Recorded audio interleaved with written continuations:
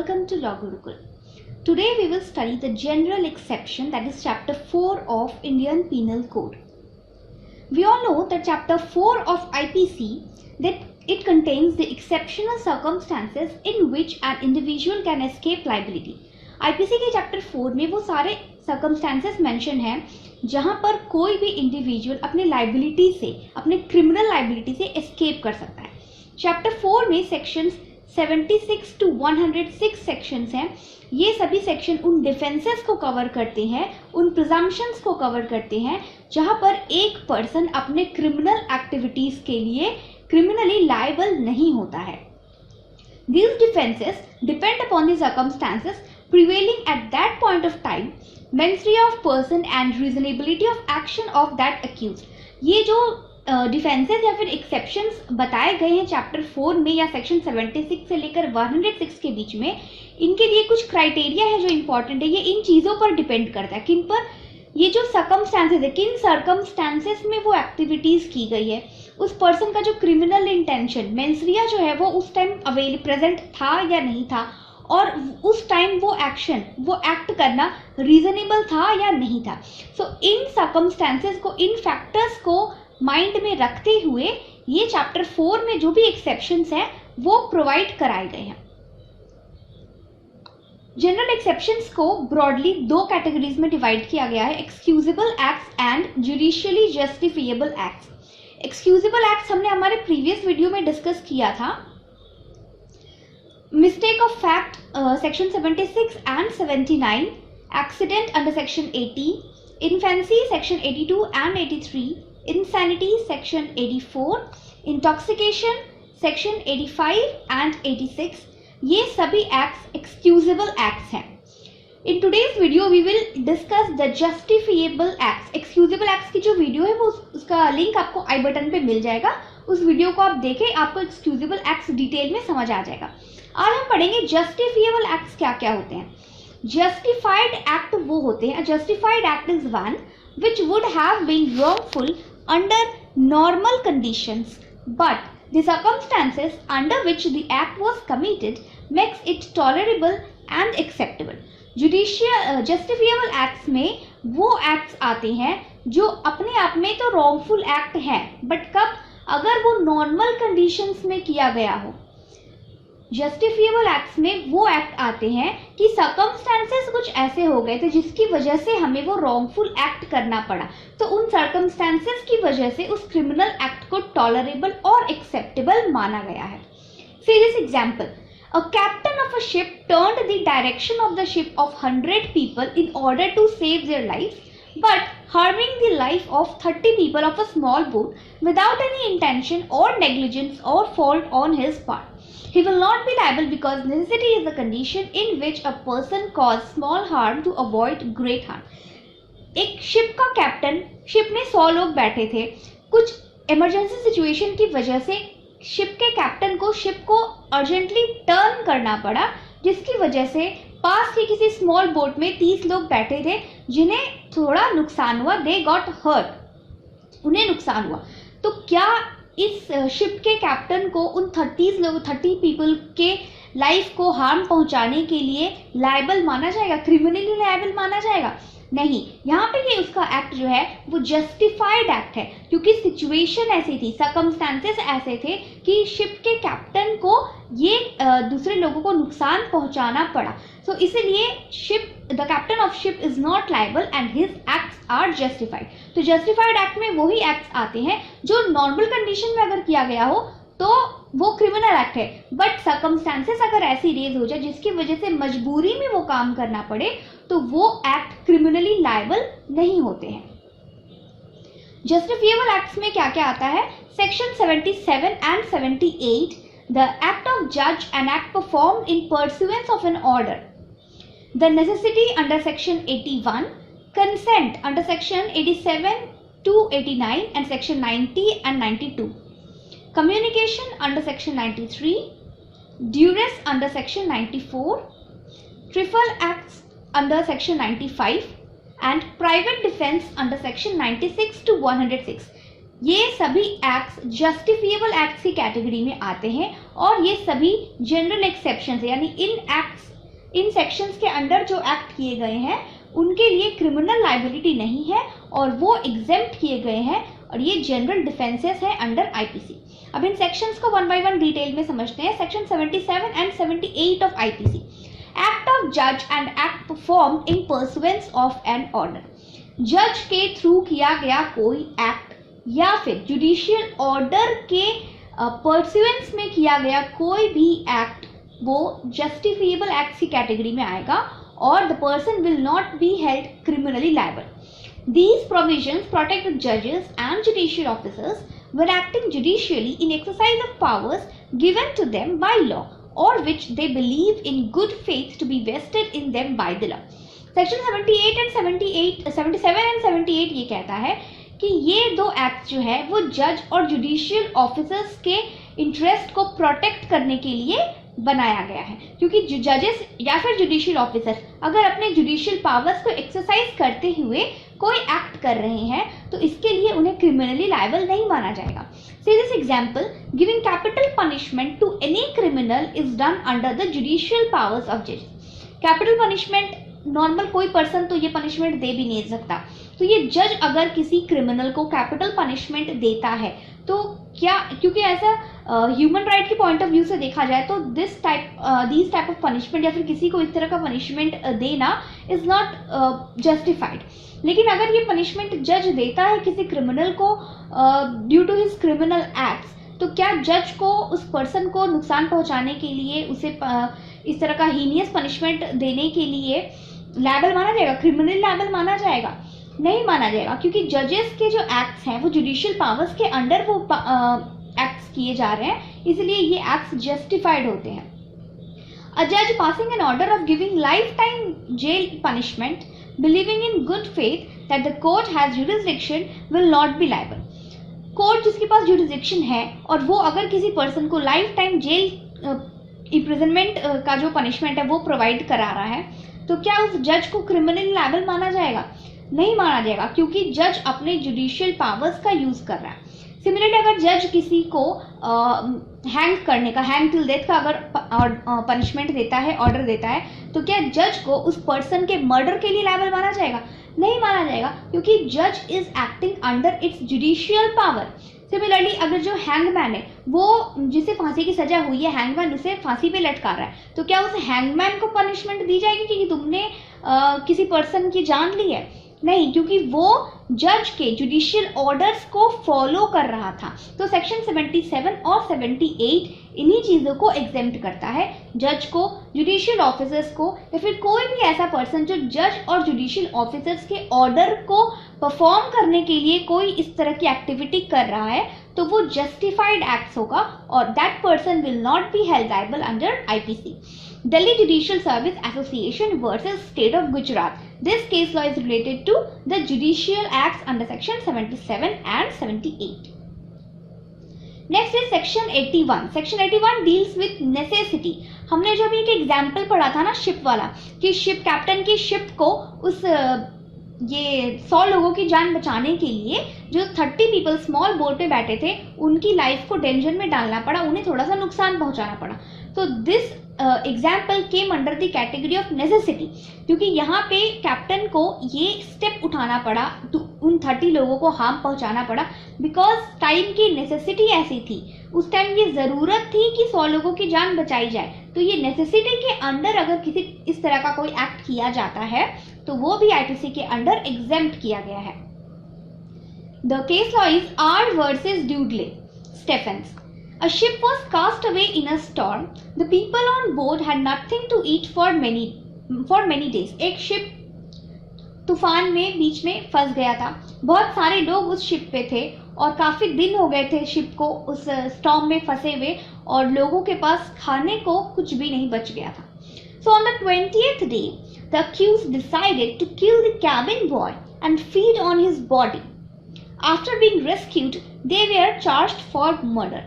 20वें दिन क्या हुआ कि शिप के एक पर्सन ने कैबिन बॉय को मार दिया और जस्ट फॉर हिज फूड, उसे मार के पका के खाने के लिए। तो जब वो शिप रेस्क्यू हुआ तो उस पर्सन को कैबिन बॉय की डेथ के लिए, उसके मर्डर के लिए चार्ज किया गया। उस टाइम उसने ये एक्सक्यूज दिया, he pleaded necessity, but the court held that self preservation was not an absolute right and convicted them of murder. इसने ये एक्सक्यूज दिया कि ये नेसेसिटी थी, उसकी ज़रूरत थी अपनी जान बचाने के लिए, उसने दूसरे पर्सन की जान ले ली जस्ट टू फीड हिमसेल्फ। तो द कोर्ट सेड कि ये नेसेसिटी की कैटेगरी में नहीं आता है, अपनी जान बचाना, सेल्फ प्रिजर्वेशन जो है ये आपको ये राइट नहीं देता है कि आप किसी दूसरे का मर्डर कर दो। So R versus Dudley's death, and this is very important case law for necessity under section 81। Clear? If you're liking the video, please subscribe the channel and press the bell icon so that you don't miss out any lecture. Now let's proceed further. Section 87 to 92. Section 87 से लेके 92 के जो भी sections है वो सभी consent की बात करते हैं। Consent, in case of consent, the accused is protected in causing harm less than grievous hurt.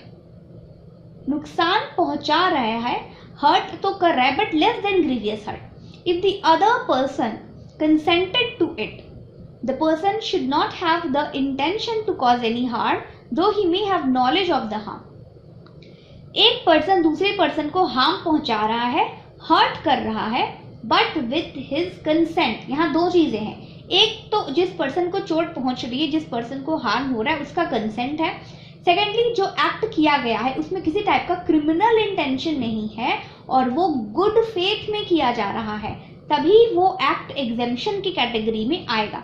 See this example. A surgeon, knowing that a particular operation is likely to cause the death of Z, who suffers under the painful complaint, but not intending to cause Z's death and intending in good faith Z's benefit, performs that operation on Z with Z's consent.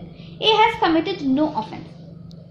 एक surgeon है, उसे पता है कि अगर Z के ऊपर वो एक ऑपरेशन परफॉर्म करेगा तो उस ऑपरेशन की वजह से वो ठीक भी हो सकता है या फिर उसकी जान भी जा सकती है। It was a risky operation और वो जेड ऑलरेडी बहुत तकलीफ में है। तो यहाँ पे सर्जन क्या करते हैं, वो जेड से उसका कंसेंट लेते हैं कि क्या मैं ये ऑपरेशन परफॉर्म करूँ जेड के बेनिफिट के लिए। यहाँ पे जेड का कंसेंट तो है, बट अगर इस प्रोसेस में, ऑपरेशन के प्रोसेस में जेड की डेथ हो जाती है तो क्या उस सर्जन को जेड के डेथ के लिए लायबल माना जाएगा? नहीं माना जाएगा, क्योंकि यहाँ पे दोनों ही चीजें फुलफिल हो रही है। पहला तो कंसेंट है, जेड के कंसेंट से वो ऑपरेशन कर रहा है और जेड को ये बात पता थी कि इसके ऑपरेशन से उसके डेथ होने की भी चांसेस है। ठीक है। सेकंड इज गुड फेथ, यहाँ पे सर्जन का किसी तरह का रॉन्ग इंटेंशन या उस जेड को मारने का या उसे हार्म पहुंचाने का कोई इंटेंशन नहीं था। यहाँ पे जो सर्जन का एक्ट है वो गुड फेथ में हो रहा है, इसीलिए ये जो डॉक्टर सर्जन का जो एक्ट है वो एग्जेम्पशन की कैटेगरी में आएगा। तो सेक्शन 87 से लेकर 92 के जो भी सेक्शंस है वो सभी कंसेंट की बात करते हैं कि अगर फ्री कंसेंट है किसी का और इंटेंशन नहीं है हार्म पहुंचाने का और गुड फेथ में एक्ट किया जा रहा है तो वो एग्जेम्पशन है, वो जनरल डिफेंस की कैटेगरी में आएगा। Next is section 93 deals with communication. No communication made in good faith is an offense by reason of any harm to the person to whom it is made, if it is made for the benefit of that person. कोई ऐसा communication जो किसी दूसरे से किया जा रहा हो for his benefit and in good faith, और उस कम्युनिकेशन की वजह से किसी का नुकसान या हार्म हो जाता है, तो the person who is communicating, he will not be held liable under IPC. See this example, a surgeon in good faith communicates to a patient his opinion that he cannot live. The patient dies in consequences of this shock. A has committed no offense, though he knew it to be likely that the communication might cause the patient's death. एक surgeon है, उसने good faith में अपने patient को बताया कि हो सकता है कि वो ज़्यादा टाइम तक, अपनी ओपिनियन दी कि वो अब ज़्यादा टाइम तक जिंदा नहीं रह सकता। पेशेंट के लिए ये जानना ज़रूरी हो जाता है क्योंकि एज अ सर्जन पेशेंट को अपनी जो भी फिजिकल कंडीशन है वो जानने का राइट है। तो doctor is bound to give his opinion कि अब वो जिंदा नहीं रह सकता है। तो इस बात को सुनकर, इस स्टेटमेंट को सुनकर पेशेंट जो है वो शॉक में चला जाता है और वो सुनकर ही उसकी डेथ हो जाती है। तो क्या इसके लिए डॉक्टर को, सर्जन को लायबल माना जाएगा? डेथ के लिए लायबल माना जाएगा? इसे क्रिमिनल लायबल माना जाएगा? नहीं माना जाएगा, क्योंकि यहाँ पे जो कम्युनिकेशन किया गया है सर्जन के थ्रू वो गुड फेथ में किया गया है और यहाँ पे किसी टाइप का क्रिमिनल इंटेंशन नहीं था और वो उस पर्सन के बेनिफिट के लिए था और उस पर्सन के राइट की बात थी कि पेशेंट को उसकी फिजिकल कंडीशन जाननी जरूरी है, तो इस कम्युनिकेशन के वजह से जिस पेशेंट की डेथ हुई है, तो surgeon will not be liable for the death of the patient. Section 93 इस कम्युनिकेशन को एग्जेम्प्ट करता है अगर वो गुड फेथ में की गई है और पर्सन के बेनिफिट के लिए की गई है। Next is section 94 duress, act to which a person is compelled by threat. अगर किसी पर्सन को थ्रेट के अंदर डरा धमका के जबरदस्ती किसी टाइप का क्रिमिनल एक्ट कराया जा रहा है, तो वो person, that person will not be held liable under IPC. Section 94 exempts a person from liability if he acted under any kind of compulsion, उस पर एक्सटर्नल फोर्स प्रोवाइड करा के जबरदस्ती वो काम कराया जा रहा है, provided he did not put himself in that situation. Condition क्या है कि वो ऐसा नहीं होना चाहिए कि वो जबरदस्ती अपने आप को उस मुसीबत में डाले, यानी कि उस जो भी कंपल्शन है जो किसी थर्ड पार्टी के थ्रू उसके ऊपर फोर्स किया जा रहा है, इसमें उस पर्सन का खुद से किसी टाइप का इन्वॉल्वमेंट नहीं होना चाहिए। If a person faces threat of instant death, his acts are justified under such circumstances. अगर किसी पर्सन को मारने का खतरा, यानी अगर किसी बाहर के पर्सन ने उस पर्सन की जान लेनी चाहिए और उस एक्ट के कंसेक्वेंस में उसे किसी दूसरे टाइप का क्रिमिनल एक्ट कराया जाए, तो ये चीजें जस्टिफाइड है under section 94। However, this defense does not extend to murder and offences under against the state. लेकिन इसमें मर्डर को एग्जेम्प्ट किया गया। सी दिस एग्जाम्पल, तो ये ड्यूरेस वाला पार्ट क्लियर हो जाएगा। A was caught by a gang of dacoit and was under fear of instant death. He was compelled to take gun and forced to open the door of house for entrance of dacoits and harm the family. A will not be guilty of the offence under duress. A कोई person है, उसे gang of डकैट्स ने उसे पकड़ लिया, उसके सिर पे बंदूक गन जो है वो रख दी, यानी कि उस पर्सन को फियर हो गया ऑफ इंस्टेंट डेथ। यानी कि अगर अब उस गैंग ऑफ वो जो डकैट्स है उनकी बात अगर ए नहीं मानता है, सो ए उस एट द टाइम ए को वो मार सकते हैं डकैट्स। नाउ अब वो गन रख के ए को कंपेल कर रहे हैं कि तुम दूसरी गन उठाओ और सामने वाले का जो घर है, जो डोर है वो खोलो, ताकि जो डकैट्स है वो अंदर आ सके और दूसरी फैमिली को नुकसान पहुंचा सके। सो ए को अंडर कंपल्शन वो काम करना पड़ा, क्योंकि वो तो ऑलरेडी थ्रेट में है, अपनी लाइफ के थ्रेट में है, तो वो इसलिए गेट तोड़ करके किसी दूसरे के घर में एंटर कर रहा है और उसकी फैमिली को नुकसान पहुंचाने में डकैट्स की हेल्प कर रहा है। तो क्या ए को लायबल माना जाएगा इन क्रिमिनल एक्ट्स के लिए? नहीं माना जाएगा, क्योंकि ए के ऊपर खुद के ऊपर ही अपनी जान का खतरा है। He is under the threat of his death, तो उस थ्रेट के अंडर वो जो भी एक्टिविटीज कर रहा है वो क्रिमिनल लायबिलिटी की कैटेगरी में नहीं आएगा and he will not be held liable. इसमें एक एग्जेम्पशन ये है कि ये मर्डर को एग्जेम्प्ट करता है, यानी कि अगर आप अपने किसी पर्सन को डकैट्स अगर थ्रेट कर रहे हैं कि तुम्हें सामने वाले को मारना पड़ेगा, तो और अगर इसी थ्रेट में आप किसी दूसरे को मार दे रहे हो, तो आप ड्यूरेस के अंडर, ये जो एग्जेम्पशन है वो ड्यूरेस के अंडर आपको उसकी मर्डर के लिए एग्जेम्पशन नहीं मिलेगा। इसके लिए जो एग्जेम्पशन है वो प्राइवेट डिफेंस में मिलेगा, वो ड्यूरेस की कैटेगरी में नहीं आएगा। ड्यूरेस में सिर्फ जो भी थोड़ा बहुत हार्म है, ग्रीवियस हर्ट है, इन सब के लिए एग्जेम्पशन मिलता है, मर्डर के लिए नहीं। Section 95 deals with the trivial acts. Acts causing slight harm is included under this section. Slight harm, जहाँ पे थोड़ा बहुत नुकसान हो रहा हो. Nothing is an offence by reason that it causes or that is intended to cause or that it is known to be likely to cause any harm if that harm is so slight that no person of ordinary sense and temper would complain of such harm. कोई भी ऐसा act जो बहुत ही severe है, बहुत ही छोटा मोटा नुकसान है, थोड़ी बहुत हार्म हो रही है, जो लाइकली है, जो इम्प्लाइड है, जो हो सकती है, तो इन छोटे छोटे स्लाइट हार्म के लिए किसी पर्सन को हम एक्यूज्ड नहीं मान सकते हैं। See this case law, Mrs. Vida Menzies versus Khan. During the course of exchange of high tempers and abusive words between appellant's husband and the respondent, The latter threw a file of papers at the former. दो लोगों में एक heating argument हो रही थी. During this argument एक person ने क्या किया, अपने टेबल पे जो पेपर्स का फाइल पड़ा था वो उठा करके सामने वाले पर्सन को हिट कर दिया, जिसकी वजह से उसके एल्बो पे थोड़ा सा स्क्रैच आ गया. अब वो स्क्रैच को लेकर के वो पर्सन कोर्ट में चला गया कि इसने मुझे नुकसान पहुंचाया है, हर्ट किया. तो द कोर्ट सेड कि इतने छोटे से स्लाइट हार्म के लिए, स्लाइट कॉज के लिए उस पर्सन को क्रिमिनली गिल्टी नहीं माना जाएगा. सो ये सेक्शन जो है वो ट्राइवियल एक्ट्स को एग्जेम्प्ट करता है कि बिल्कुल जो माइनर चीज़ें हैं, बिल्कुल माइनर हार्म है, उन छोटी छोटी चीज़ों को लेकर के अगर आप कोर्ट में आओगे, उस पर्सन को गिल्टी प्रूव करना चाहोगे, तो that would not be acceptable and those acts are exempted under IPC. Private defense. Next is section 96 to 106.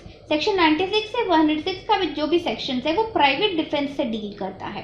The right spells out that a person is justified.